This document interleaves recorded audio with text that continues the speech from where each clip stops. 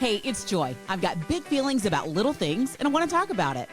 Oh yeah, I'm mad about it. And the fact that everyone else is not up in arms about it is a big part of the problem.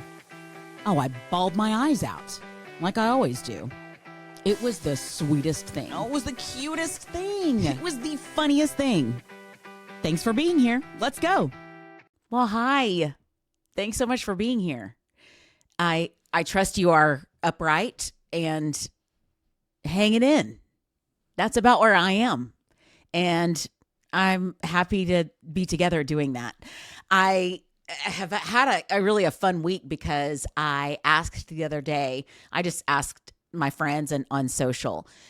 I was like, has anybody said anything to you that just for whatever reason, the way they said it or the timing that it came to you, that it just really stuck with you and you think of it a lot?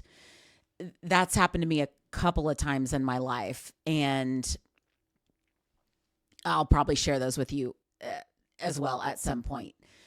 But this girlfriend of mine told this story, and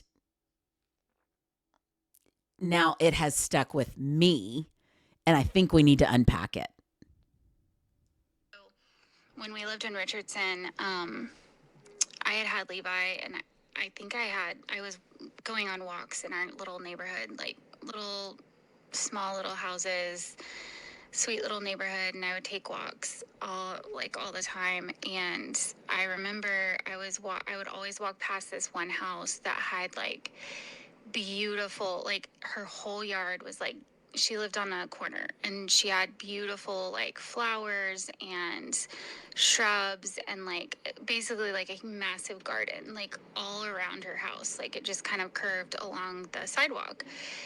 And I would always just stare at this area and just think, my gosh, that's so beautiful. Like I want to do that, someday to like my yard or whatever. And one day the lady was out there and I just stopped and I said, I want to do this, like how did you do this? And she just stared at me for a minute and like looked at me like really hard. And all she said was little by little.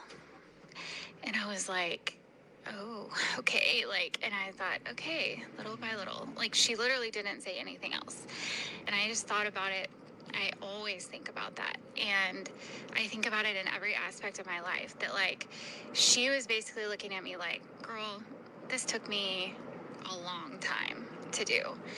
And it's not as easy as it looks. This is something that it takes time, and it is little by little. Like you do a little bit and then a little bit more. And so anyway. Little by little.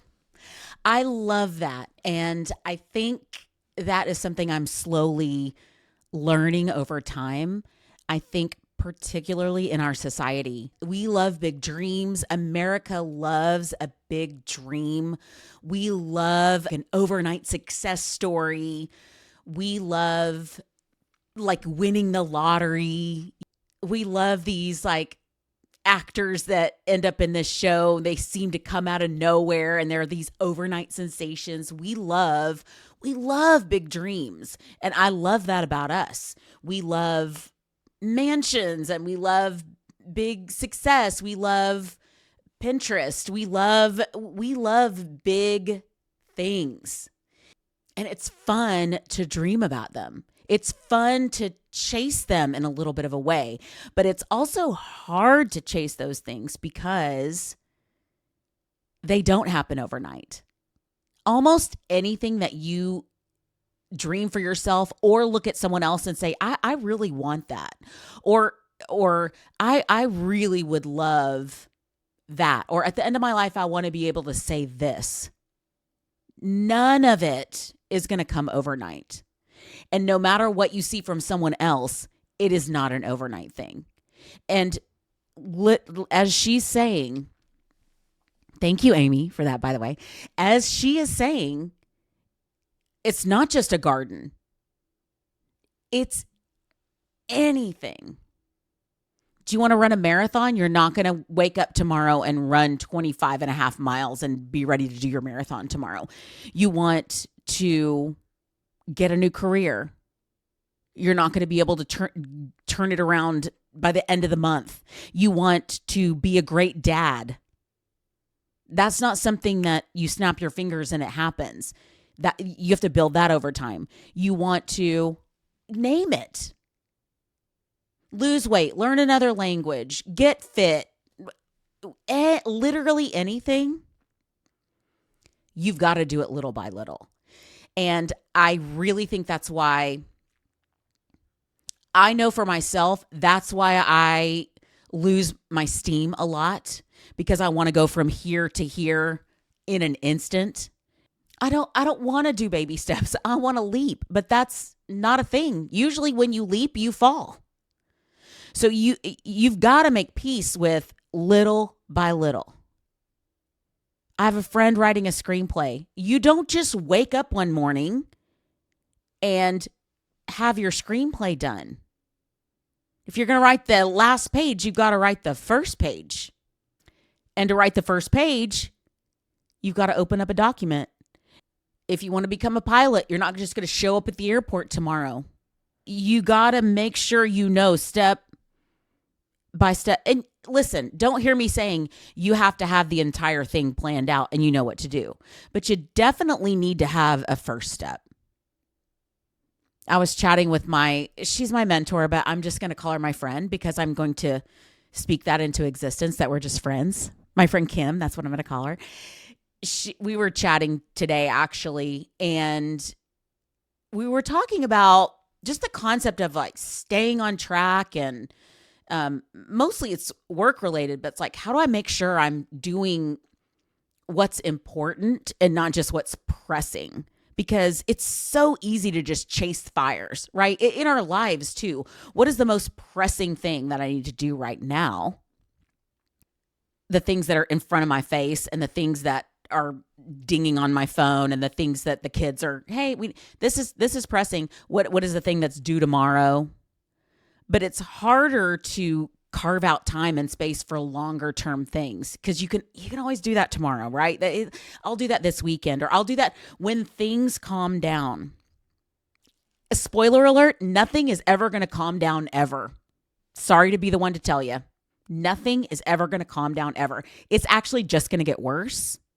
So if there's something you need to do, let's do it now. Because, chaos will just enter your life out of nowhere. So if there's something that you're wanting to do, let's get that on the calendar nowish. Okay? Nowish. It's so easy to put stuff off.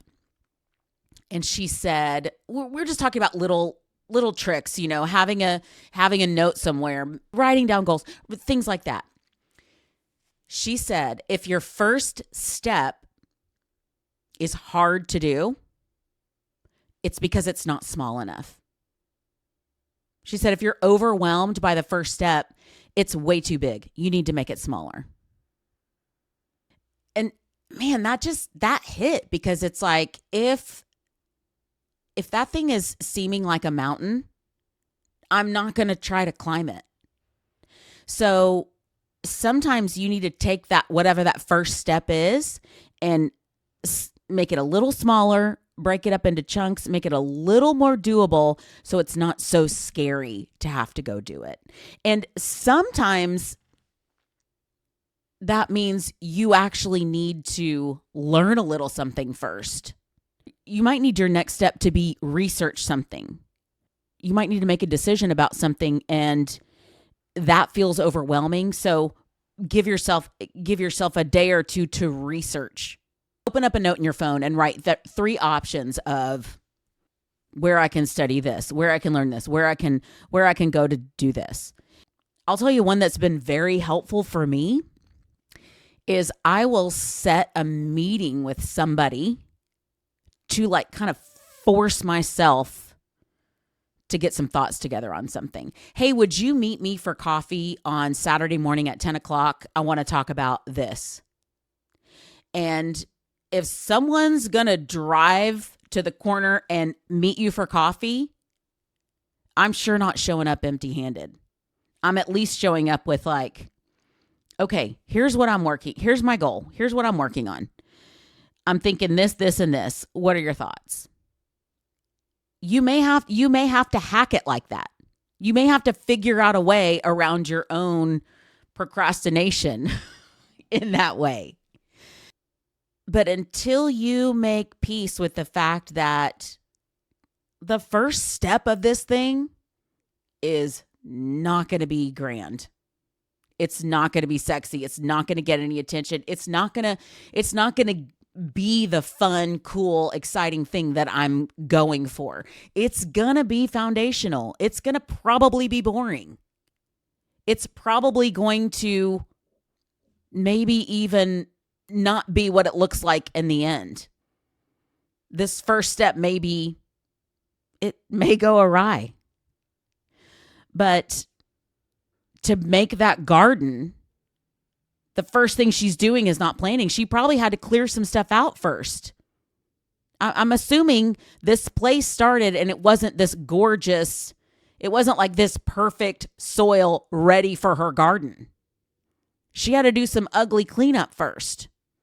And I promise you, it wasn't a one day or a one-time cleanup. That was ongoing. So when she says little by little, she literally is spending a day cleaning out. She's weeding, she's pulling, she's planning, she's prepping. She's made a couple trips to Callaway's or what. I'm not a plant person. I'm hoping that's still a plant place. She's checking out her soil. She's figuring out a watering plan. She's learning what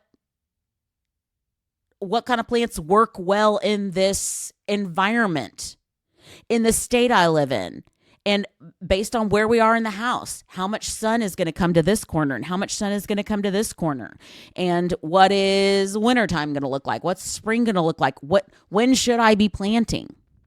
So much of what she had to do was not hands in the dirt, informational. We love to walk by and see the beautiful flowers. It's amazing. But that didn't start last week. That started many years ago, long before she ever got any attention for that garden. And that's why she looked for just a second and was like, I don't know what to tell you about little by little. And we get so frustrated with just little progress. Or, I mean, I do. Some days I think, did I do anything? Did I make any? I know I did. I know I worked, but was I on a treadmill? Or did I make a step forward? And sometimes those steps are so little we can't see them. But the only way to keep going forward is to keep going forward. As usual, I feel like I'm just preaching to myself. Every step forward is a step forward. And it takes, if you're going to do a journey, which honestly, any dream big enough to dream is a journey. Yeah, I can wash the dishes in the sink right now. Okay, great. But if I want to do anything bigger than that, I'm going to have to give myself the time and the space and the education and the support and the space and the grace and the patience to do it.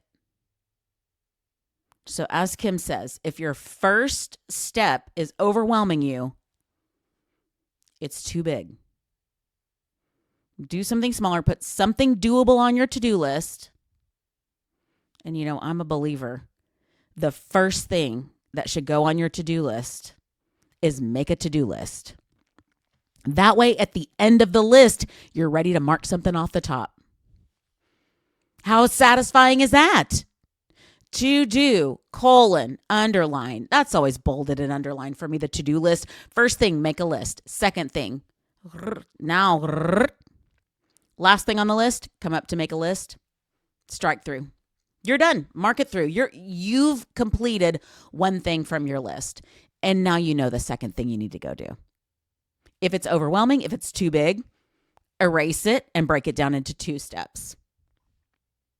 Start small, little by little, keep going, and at the end you'll have something beautiful.